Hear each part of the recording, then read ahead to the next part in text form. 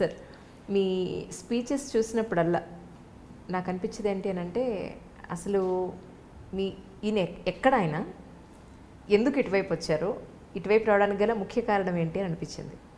అంటే మీరు అడుగుతుంది ఫీల్డ్ ఫ్యామిలీ రిలేటెడ్గా. యాక్చువల్లీ మేడం నా గురించి మీకు చెప్పాలంటే నా బ్యాక్గ్రౌండ్ అంటే సోషల్ వర్క్ కోర్స్ అనేది నా బ్యాక్గ్రౌండ్. అంటే MSW master in social works course చేస్తున్నాను. ఫ్యామిలీ బ్యాక్గ్రౌండ్ చూసుకున్నట్లయితే మీరు నల్గొండ డిస్టిక్, గతంలో ఇప్పుడు Suryapet district. Suryapet district Kodad town ఉంది కదా, అక్కడ నుంచి ఒక 10 కిలోమీటర్స్ లోపల అమీనాబాద్ అనే విలేజ్ ఉంది. అమీనాబాద్ విలేజ్ నుంచి నేను బిలాంగ్ చేస్తాను. మా పేరెంట్స్ ఇప్పుడు కూడా అక్కడే ఉన్నారు విలేజ్లో. మా నాన్నగారు డాక్టర్ ఖాజా గారు అక్కడ యాజ్ ఏ ఆర్ఎంపీగా సర్వీస్ ఇస్తున్నారు అక్కడ. మా అమ్మగారు హౌస్ వైఫ్గా ఇంట్లోనే ఉన్నారు. మా నాన్నగారికి ఉన్నటువంటి 7 సంతానంలో నేను 6వ సంతానాన్ని. Okay, last but one. చిన్నప్పటి నుంచి కూడాను ఎడ్యుకేషన్ మొత్తం కోదాడలోనే జరిగింది అప్ టు గ్రాడ్యుయేషన్ తర్వాత ఉస్మానియా యూనివర్సిటీలో పీజీ చేయడం కోసం హైదరాబాద్ రావడం జరిగింది. ఇక్కడ MSW masters in social work అని ఒక యూనిక్ కోర్స్, అది చాలామందికి తెలిసి ఉండదు. అది ఎంఎస్డబ్ల్యూ కోర్స్. ఆ కోర్స్ చేయడం వల్ల నిజంగా చెప్పాలంటే ఒక ఆలోచనలో చాలా గొప్ప మార్పు అనేది వచ్చింది. సోషల్ వర్క్ అనేది ఒక ప్రొఫెషన్గా ఎలా ముందుకు తీసుకెళ్ళాలి అన్న విషయము. దాంట్లో భాగంగానే ఇప్పుడు ఈ మోటివేషన్ కూడా ఎంఎస్డబ్ల్యూ చేయడం వల్ల వచ్చినటువంటి ఒక మార్పు అని చెప్పాలి. ఓకే, అంటే మీ పేరెంట్స్ మొత్తం 7 చదివించారండి? అవునండి. ఇప్పుడు మా పెద్దక్క మ్యారేజ్ అయ్యటానికి ఇంకా నేను పుట్టలేదు.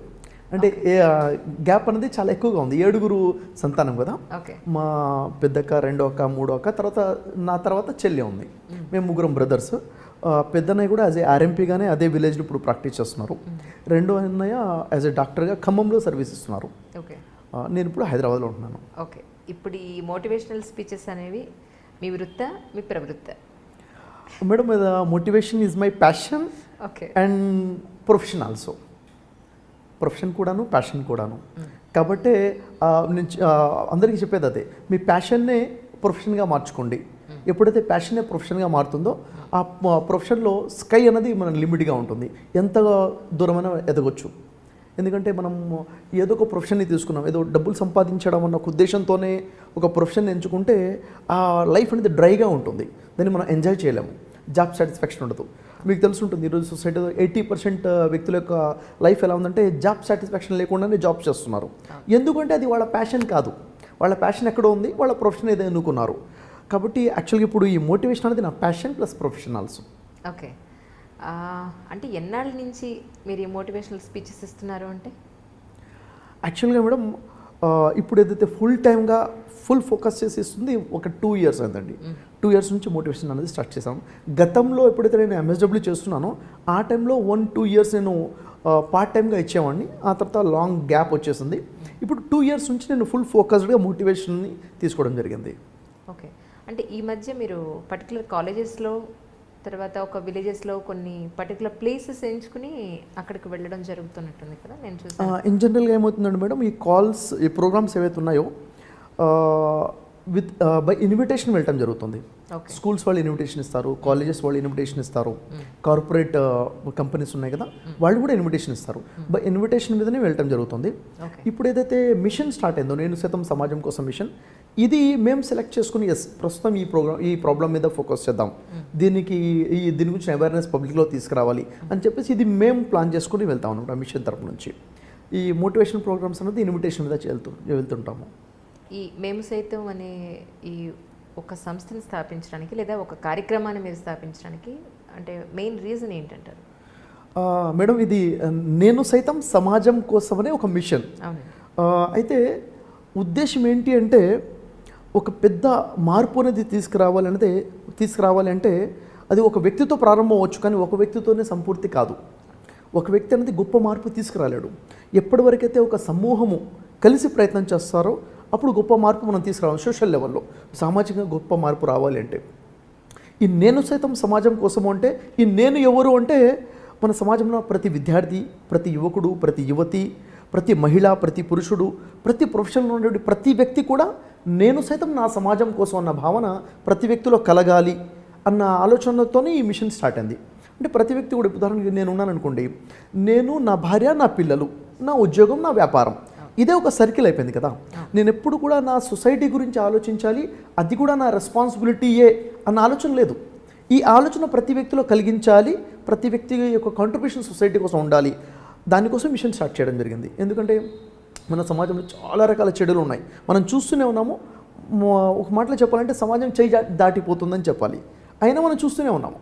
అలా కాకుండా ప్రతి వ్యక్తి కాంట్రిబ్యూషన్ అనేది ఉండాలి అన్న ఆలోచనతో ఒక పబ్లిక్లో ఒక ఇన్వాల్వ్మెంట్ తీసుకురావాలి, ఒక మొబిలైజేషన్ రావాలి అన్న ఆలోచనతో ఈ మిషన్ స్టార్ట్ చేయడం జరిగింది.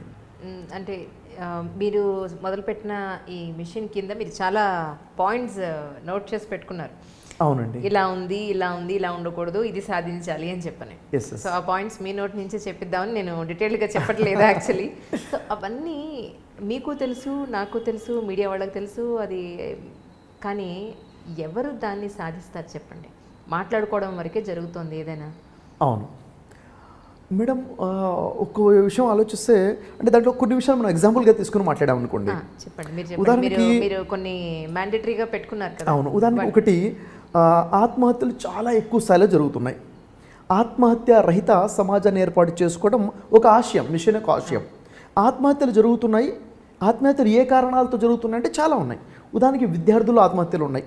విద్యార్థులు ఎందుకని అంటే అక్కడ ఫ్రెండ్షిప్లో తేడాలు వచ్చాయనో, లవ్ ఫెయిల్యూర్ అనో, లేకపోతే ఎగ్జామ్లో తేడా వచ్చిందనో, లేకపోతే ఇద్దరి మధ్య పోల్చుకోవడం వల్ల, కంపేరింగ్ వల్లనో డిప్రెషన్లోకి వచ్చేసి తను ఇన్ఫీరియారిటీగా ఆలోచించి ఆత్మహత్యలు చేసుకున్నారు.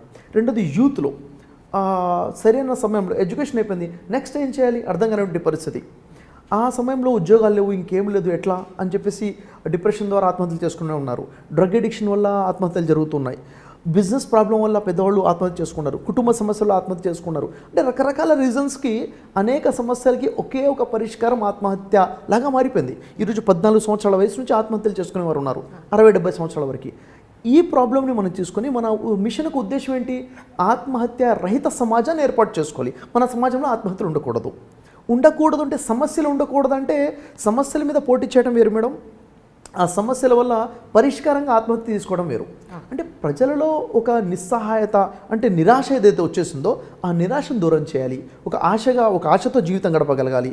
సమస్య ఉంది, సమస్య నాకు ఒక్కడికే కాదు, నాతో కూడా చాలామంది సమస్యను ఎదుర్కొంటున్నారు అన్న ఆలోచన. అంటే ఆ ఉదాహరణకి చూసుకున్నట్లయితే ఇప్పుడు మాకు డైలీ కాల్స్ వస్తున్నాయి. దాదాపుగా 120 నుంచి 150 కాల్స్ పర్ డే మేము రిసీవ్ చేస్తున్నాం. దేనికోసం అంటే మేము 2 ఫోన్ నెంబర్స్ మేము అడ్వర్టైజ్ చేస్తున్నాము, ప్రోగ్రామ్స్ కోసం కాల్ చేయండి అని చెప్పేసి. మాకు వచ్చే కాల్స్ డైలీ 2-3 కాల్స్ ఏమో ప్రోగ్రామ్స్ కోసం వస్తున్నాయి, కానీ మోర్ దెన్ 100 కాల్స్ ఏమో ప్రాబ్లమ్స్ చెప్పుకోవడానికి. మేము ఎక్కడ అనౌన్స్ చేయలేదు, మీ ప్రాబ్లమ్స్ మాకు చెప్పుకోండి, మేము వింటాము, ఇది కౌన్సిలింగ్ అని ఎప్పుడు అనౌన్స్ చేయలేదు. అయినా more than 100 members daily phone చేస్తున్నారు, వాళ్ళ ప్రాబ్లమ్స్ చెప్పుకున్నారు. స్టూడెంట్స్ ఉన్నారు, చాలామంది ఫ్యామిలీ ప్రాబ్లమ్స్ ఉన్నాయి. వాళ్ళు ప్రాబ్లమ్ చెప్పుకుంటున్నారంటే ఏంటి?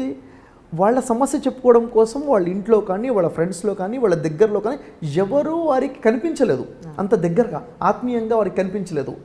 వారికి ఎక్కడో ఆశ ఉంది, ఈ టీంకి ఫోన్ చేస్తే, బ్రదర్ షఫీ గారికి ఫోన్ చేస్తే మా బాధ వింటారేమో, మాకు ఏదన్నా ఒక హోప్ కనిపిస్తుంది అన్న ఆలోచనతో ఫోన్ చేస్తున్నారు. ఎప్పుడైతే మేము కాల్ రిసీవ్ చేస్తున్నామో ఖచ్చితంగా వాళ్ళ సమస్య వినటము. చూడండి, ఒక బాధ ఖచ్చితంగా పూర్తిగా వింటే సగం బాధ తగ్గుతుంది అంటారు. ఫస్ట్ అది సహాయం మనం చేస్తున్నాము. ఎప్పుడైతే బాధ తగ్గిందో ఇంకా డిప్రెషన్ లెవెల్స్ తగ్గిపోతుంటాయి.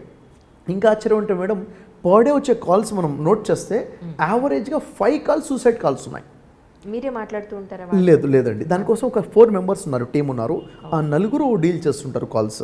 అయితే వాళ్ళు మాట్లాడి విని అసలు వాళ్ళు బెస్ట్ కౌన్సిలర్స్గా మారిపోయారు. ఇప్పుడు ఉదయం చెప్పాలంటే ఎవరికి ఎలా సమాధానం చెప్పాలి, ఏ సమస్యకి ఏంటి అన్నది. ఎందుకంటే పర్ డే యావరేజ్గా 5 సూసైడ్ కాల్స్ అంటే ఒకసారి ఆలోచించండి ఎంత ఘోరమైన సిచ్యువేషన్లో మన సొసైటీ ఉందన్నది. అంటే ఈ ఆత్మహత్యల్ని ఆపాలి.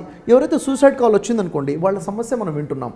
విన్నప్పుడు ఒక అర్ధగంట చెప్తారు, లేకపోతే పావుగంట చెప్తారు, 1 అవర్ చెప్తారు.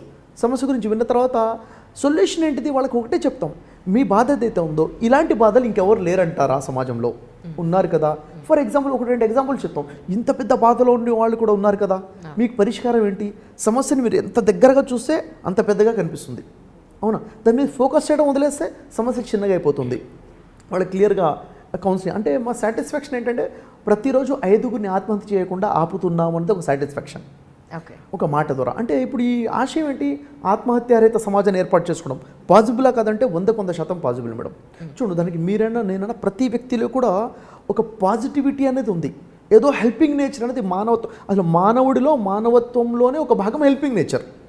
దాన్ని ఎప్పటివరకైతే మనము తట్టి లేపమో అది లేవదు మేడం. అంటే ఈరోజు మానవత్వం చచ్చిపోతుందని చెప్తాం, ఎందుకని అలాంటి మాటలు వినట్లేదు, అలాంటి పనులు చూడట్లేదు. మనం ఎప్పుడైతే దాని మీద ఫోకస్ చేయడం మొదలు పెడతాం, ప్రతి వ్యక్తిలో మానవత్వం వస్తే నేను కనీసం నా చుట్టూ ఉన్న నలుగురికి సహాయం చేసే ఆలోచన కలిగి ఉంటాను.